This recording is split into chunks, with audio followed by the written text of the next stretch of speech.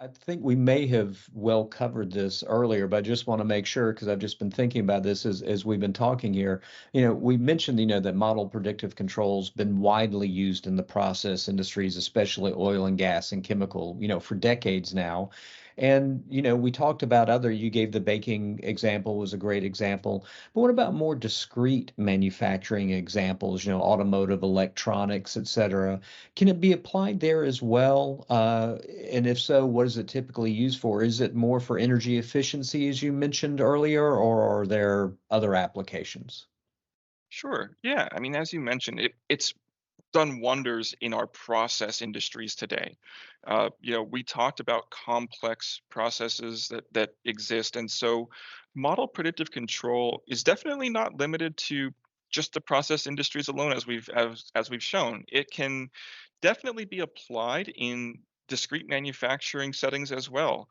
In fact, while its origins are in the process industries, like you mentioned, oil, gas, chemicals, model predictive control has found its way into various manufacturing sectors.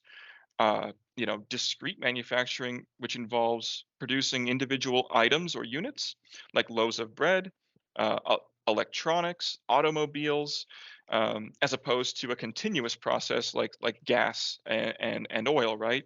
So in discrete manufacturing, model predictive control is often used for optimizing production processes that involve complex sequencing, resource allocation, and maybe several different scheduling constraints that you're working with in a discrete manufacturing environment as well, taking into account different types of product changeovers and how equipment changes from developing and manufacturing a single product of your SKU to the next product. Oftentimes, there's enough deviations in that processing side of things that causes some waste early on as that machine or sequence of machines ramps up. And so, model predictive control, being able to take in those different variables, going from one manufacturing product to the different manufacturing product, um, allows that equipment to essentially warm up, if you will, right, in a more efficient manner.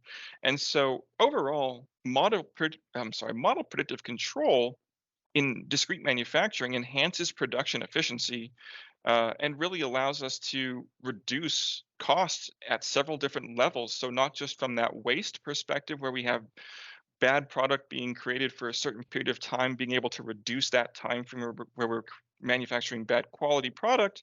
But as you mentioned, energy efficiency and being more sustainable are areas where discrete industrial manufacturing can really take advantage of model predictive control and just allows us to be more adaptive with our production scheduling.